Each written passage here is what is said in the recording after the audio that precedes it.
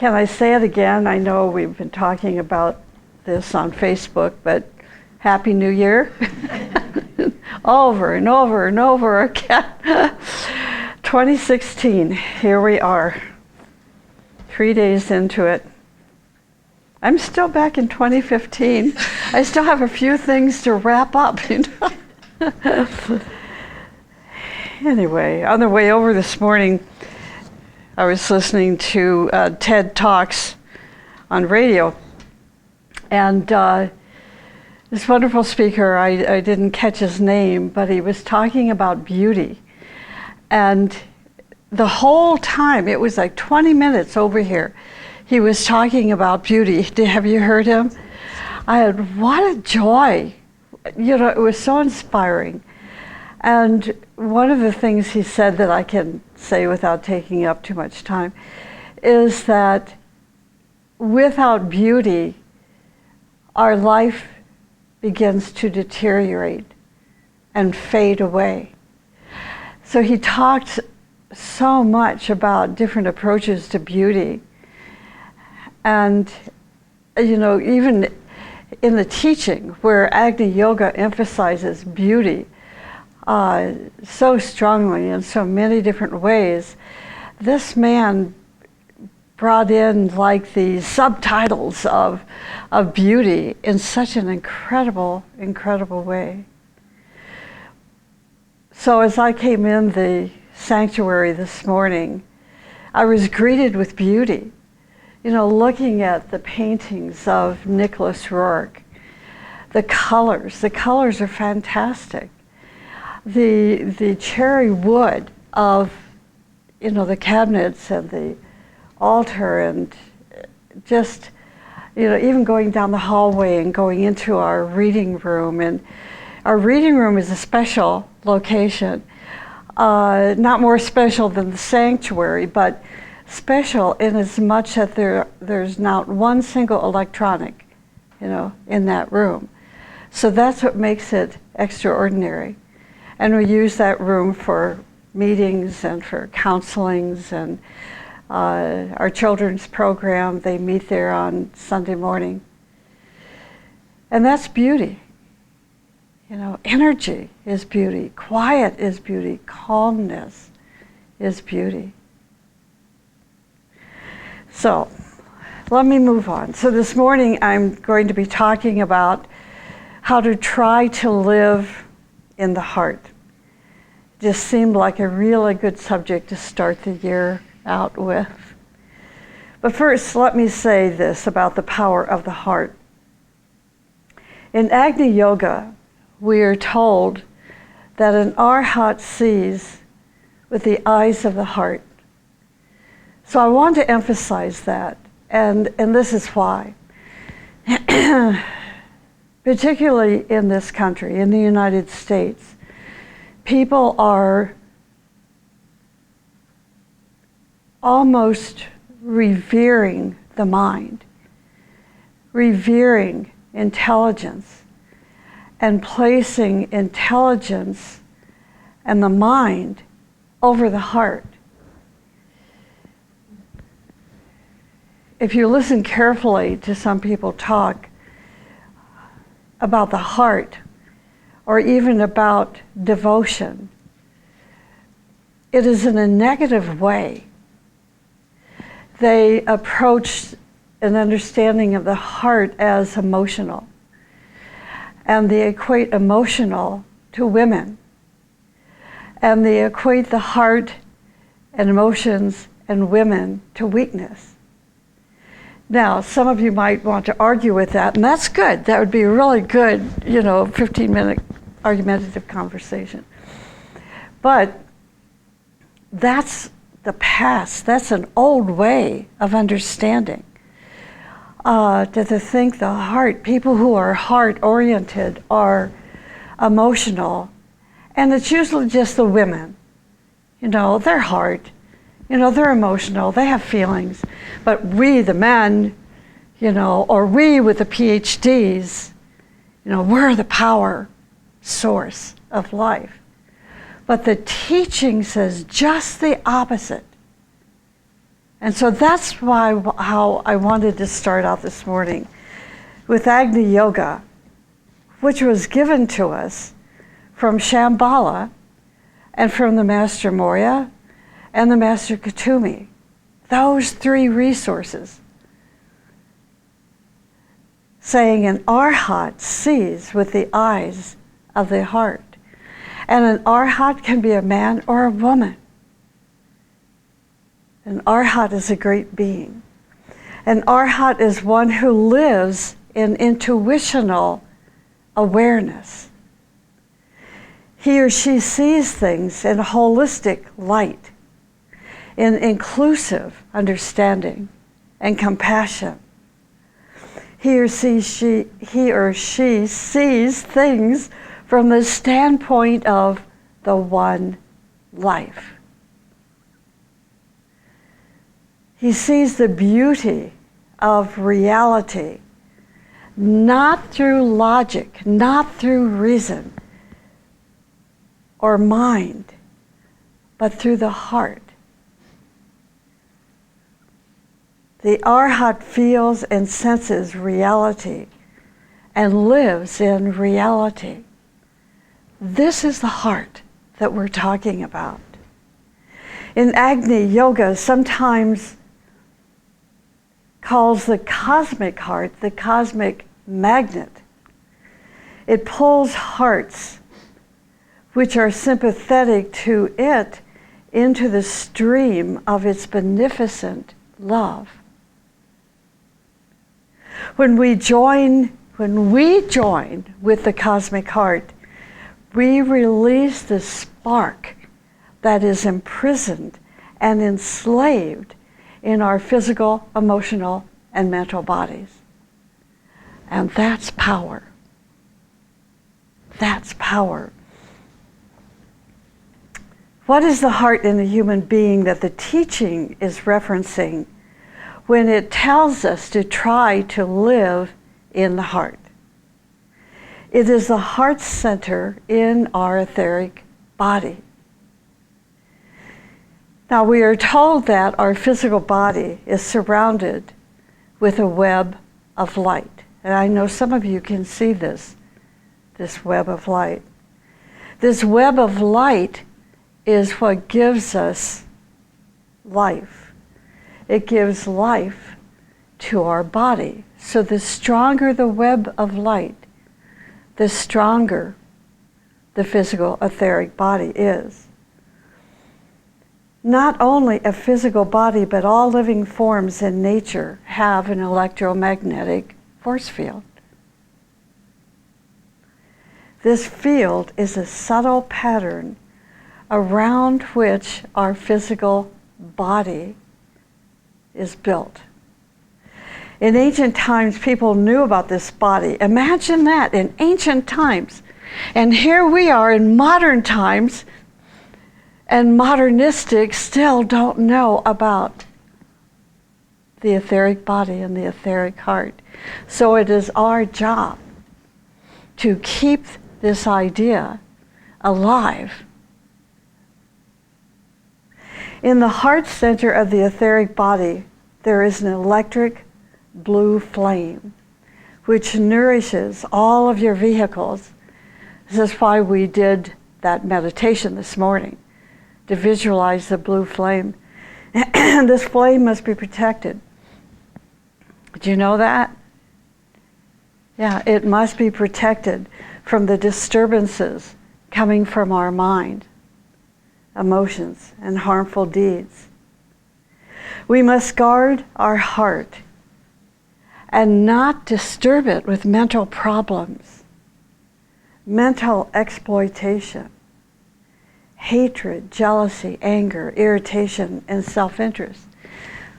This is why we have a virtue, two virtues, one called discernment, and the other is discrimination, spiritual discrimination.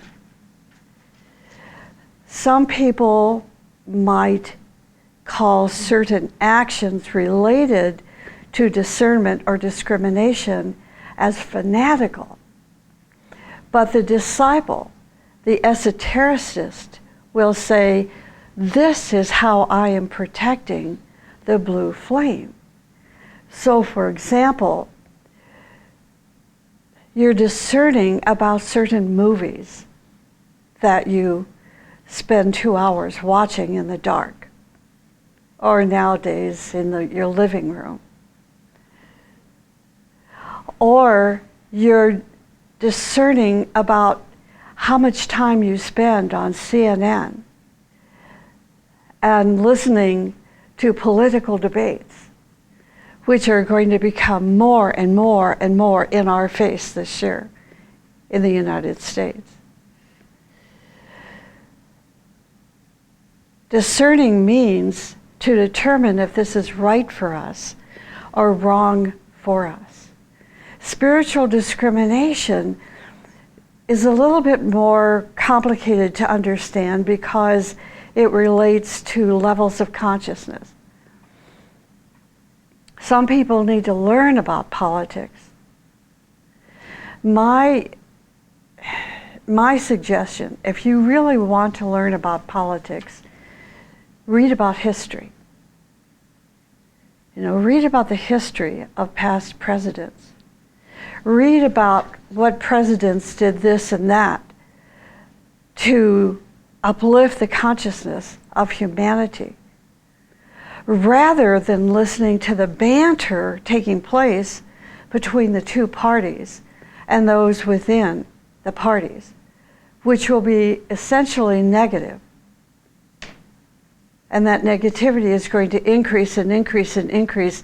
And in that negativity, like one of them that's been so noticeable the past few months, is almost turning us against everything this United States stands for. Taking the value, the power, the beauty, the significance of incredible human beings that have sustained this country through all of the turmoil that started since 9/11. They've done wonderful, magnificent things, and yet this one person, or maybe 2 or 3 people, in a blink of an eye, erase it all as being insignificant and wrong. Now, because we have such a broad telecommunication system all over the world, and we hear these things over and over and over again, what happens is the seeds of doubt are planted in our minds.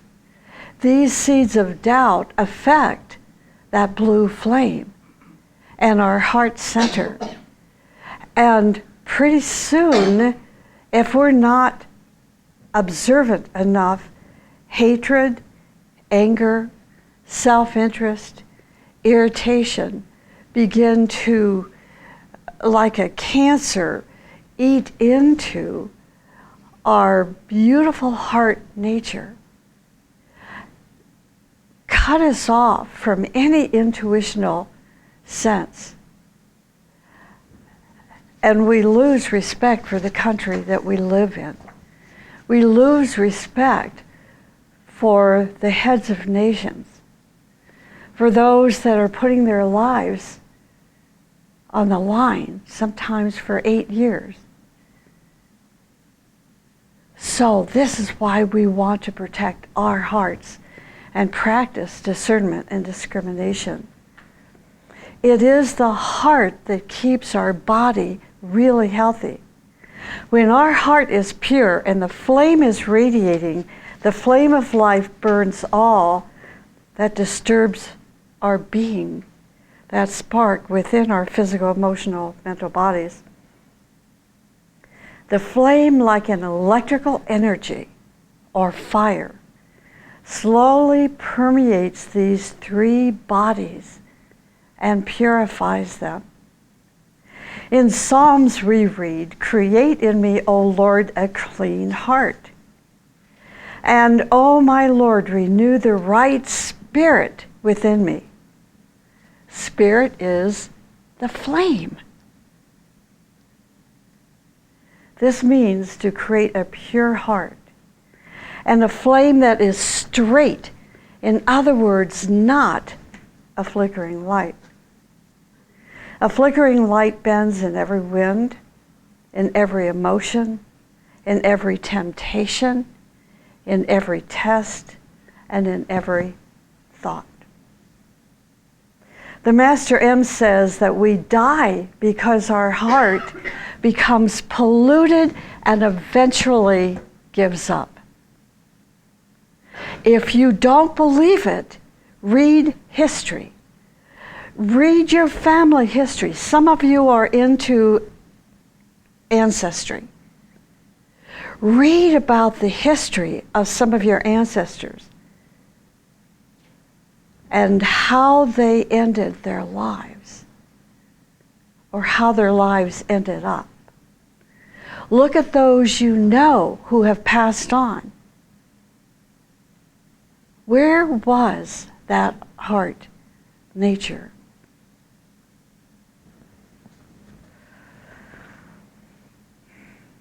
If we keep our heart clean, pure, and radioactive, we are going to be dynamic and magnetic people.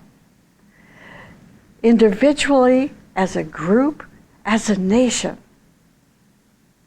So healthy, truly, purely intelligent. Intelligence in this case, having discernment and discrimination. And we will be successful and prosperous. Just a moment's thought will reveal how all your problems, personal problems, family problems, social problems, just problems in general, stem from the pollution of your heart. The counteraction of this is, but, and then we begin to list all the buts. My family is this, my father did that, my mother did this to me. Look at my kids, they're on drugs. My cousin is a drug addict. So-and-so is in prison because of such and such. Hey, and pretty soon, we are swimming in thought processes like this, and we begin to lose our energy, our joy.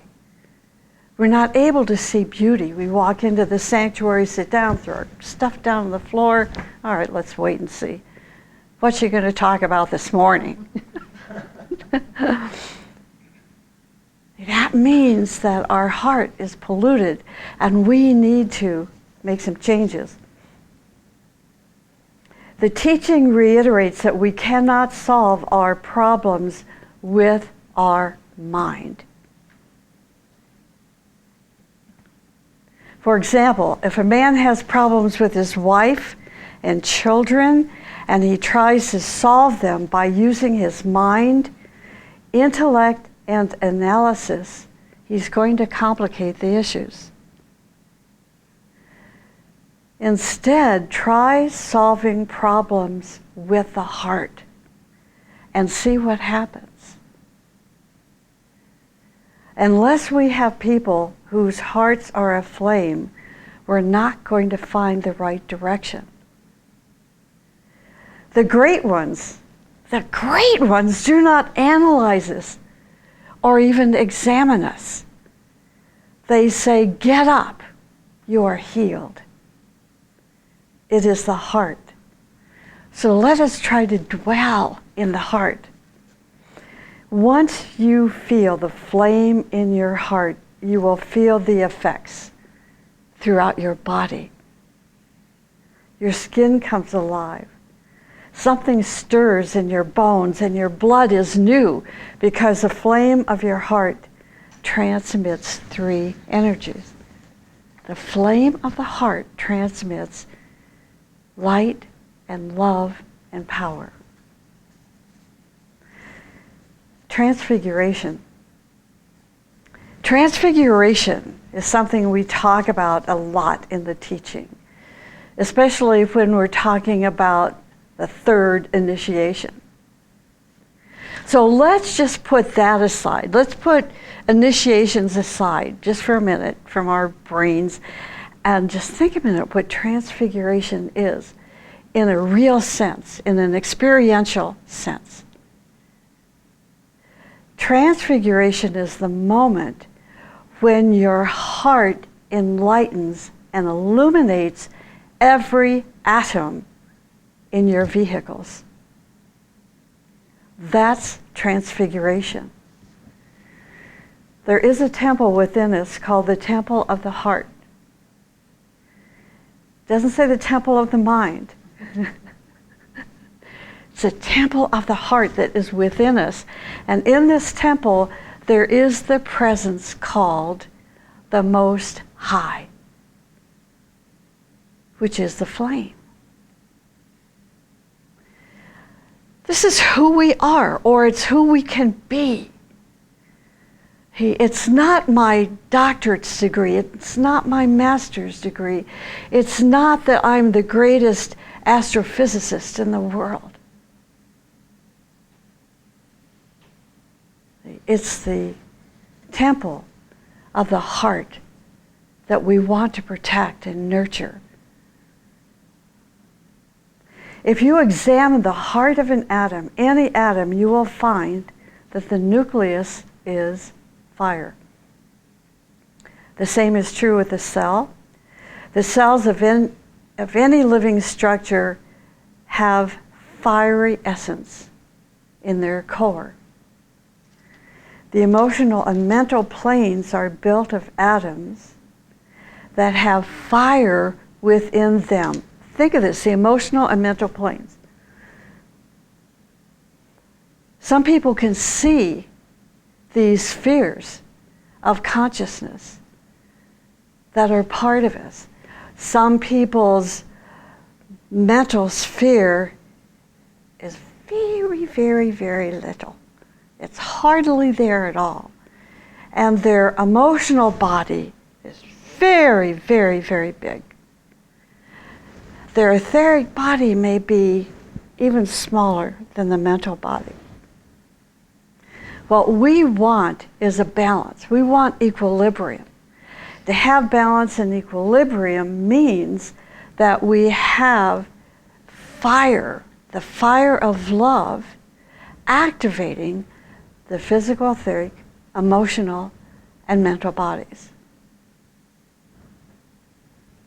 It is written in the ageless wisdom that if the heart leads the mind, it leads to holiness, to perfection, to God.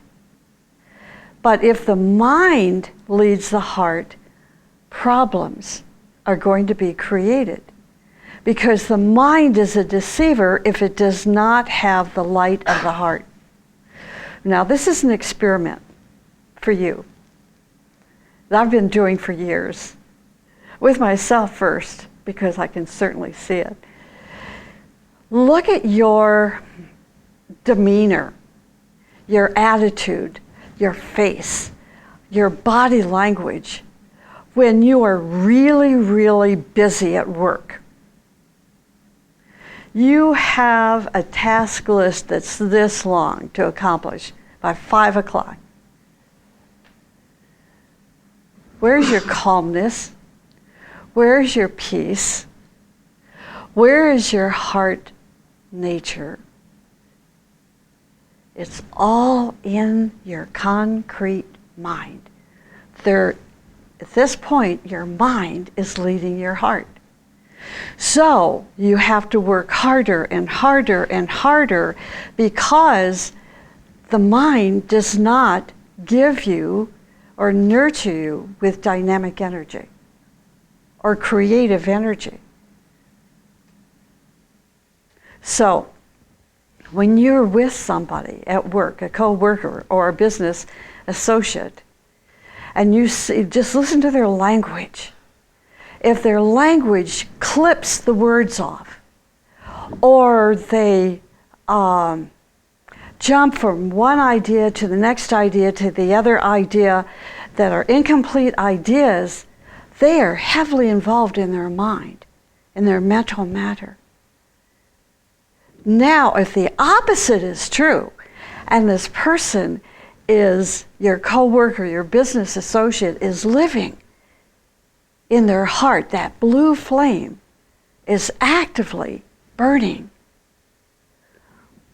there'll be less conversation between the two of you, because the two souls, your soul, their soul, will be in communication. And that's intuition. You will intuitively understand one another.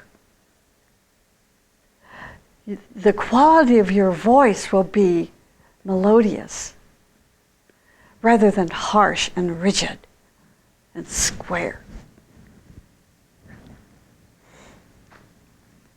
The mind is always self-centered and self-interested. It is the heart which leads a person to be interested in the whole. This is a person that's going to sit and listen to you to the very last syllable of the word that you are engaged in conversation with. They will not interrupt you. They will not take your conversation and throw it in the clouds as if nothing was said. They're going to take to heart who you are, what your problems are, what your situation is. And then intuitively, there's going to be a creative interaction between your soul and their soul, and they may not even know it. The heart knows. Sometimes a person knows he is doing wrong, talking wrong, or thinking wrong, but his mind rationalizes and says, it's okay, just go ahead. While his heart says, no, it is not okay. Stop. If the person tells his heart to be quiet, you know what happens? Is the heart dies and the flame is extinguished. In the Bible, there's a parable about the 10 virgins, 5 of whom were wise, 5 of whom were foolish. The wise ones tended the flame of their heart. The foolish ones allowed the flame to die. Those who kept the flame burning met the bridegroom and were married in his joy.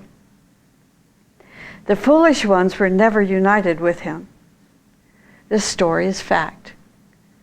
If the flame in the heart is unlit, you're going to be left out. To be left out is very painful. Every person who does not have a flame in his heart will be separative, not inclusive, and he or she will be left out. There are certain qualities in a person whose flame is lit. They are decisive and have perseverance, striving, nobility, honesty, concentration. They have concentration, no ADHD. They have concentration. They have the power to unite, the power to renounce and sacrifice, and joyfulness. The blue flame of love stands for Christ, for love and compassion. It has many names, but it is the same thing, which is practical love. The blue flame is love. In the Bible we read this, I may speak in the tongues of men and angels, but if I am without love, I am a sounding gong or a clanging cymbal. I may have the gift of prophecy and know every hidden truth.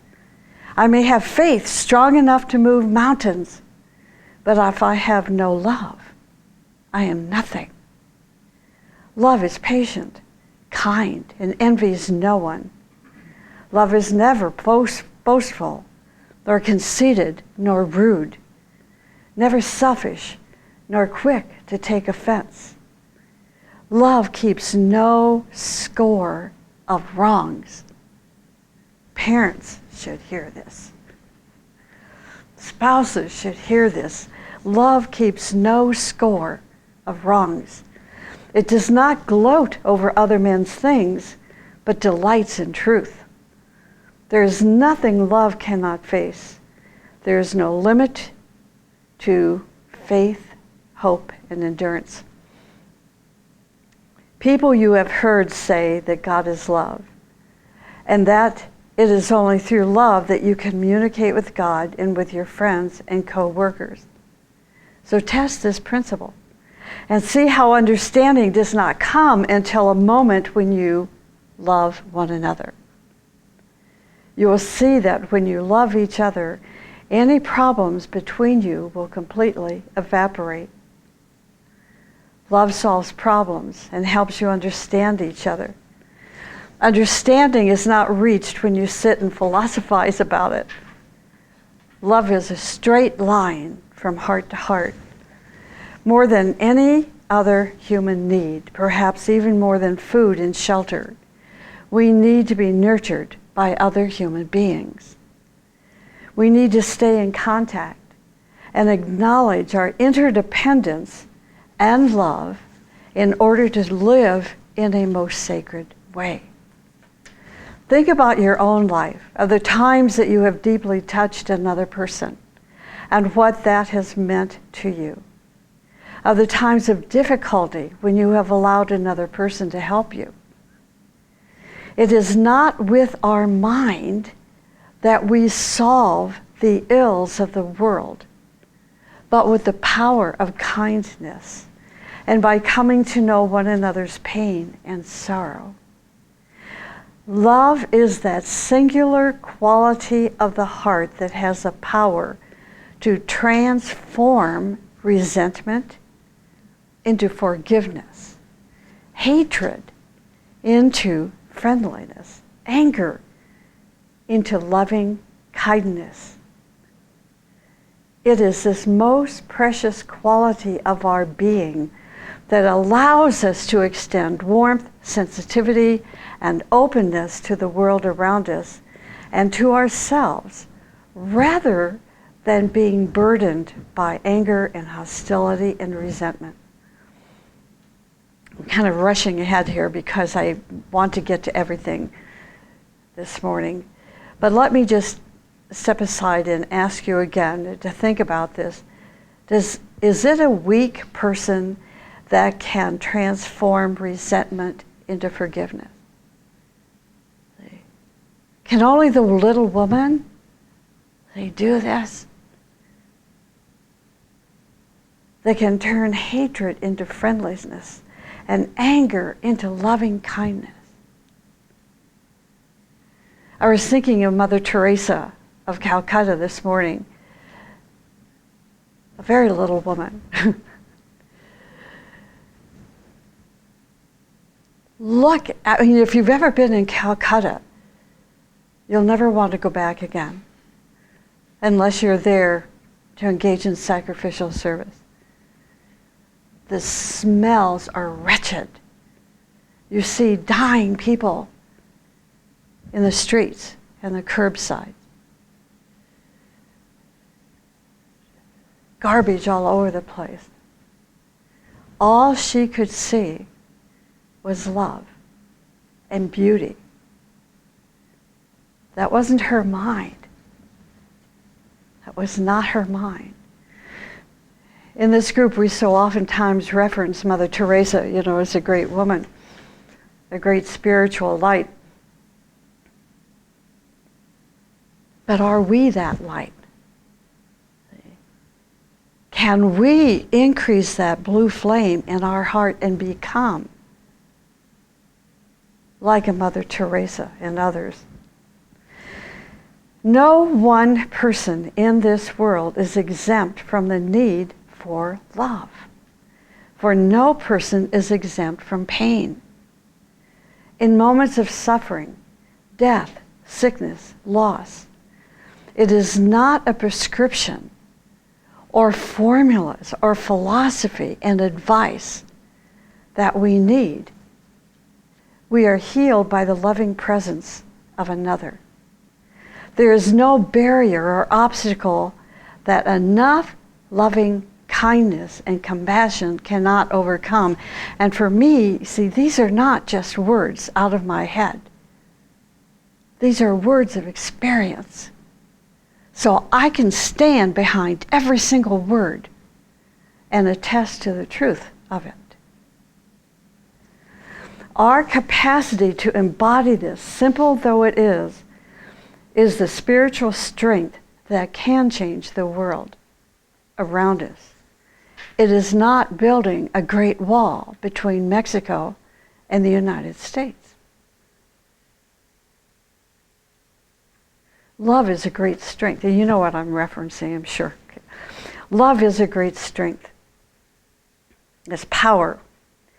At times in our own pain and difficulty, we may feel unable to find enough love or compassion to hold even ourselves, never mind others.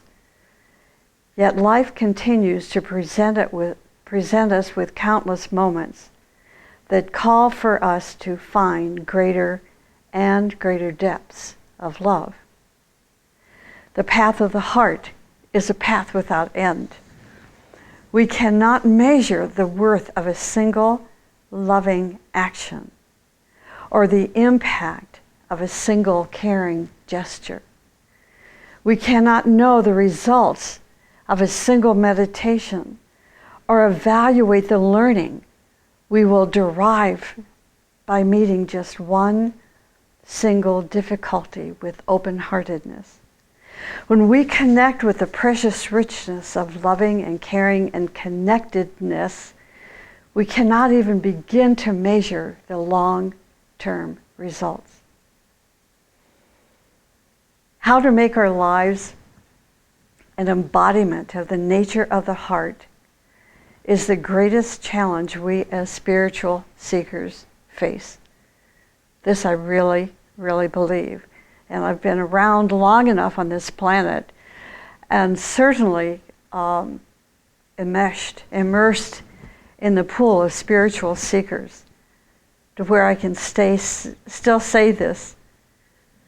The greatest challenge we as spiritual seekers face is the nature of the heart, the power of the heart. The truths we have come to understand need to find their visible expression in our lives. Every thought, word, or action holds the possibility of being a living expression of love. It is not enough to be a person of wisdom. To believe ourselves to be custodians of truth is to become its opposite. In other words, to become self-righteous. They are rigid.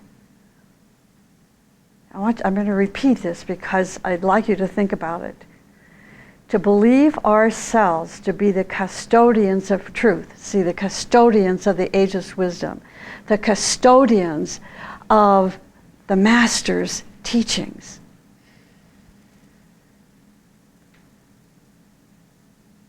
Is to become its opposite. Not the custodians, but instead to become self-righteous. They are rigid. Wisdom is alive only as long as it is lived.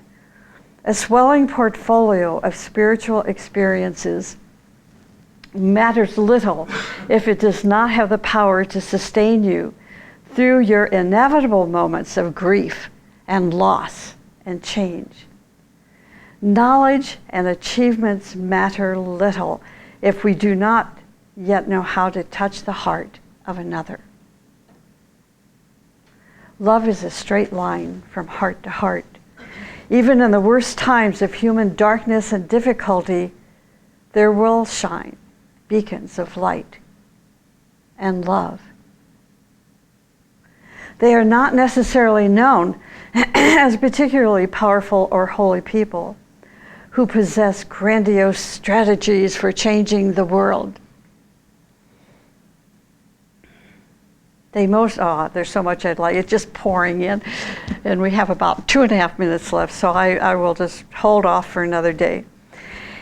Anyway, these people most often radiate from ordinary people who in their intimate encounters with tragedy, injustice, and terror have been transformed and have learned how to respond to the world with the simplicity and power of their faith and love and compassion. There is no power greater than the power of love, no shadow that can withstand the power of compassion, no evil that can overwhelm the power of open-heartedness, the power of the heart. So try to live in the heart. And let me close with this quote from Tagore. He wrote, "Love is the only reality, and it is not a mere sentiment. It is the ultimate truth that lies at the heart of creation." So that's how we're starting this year, with the heart.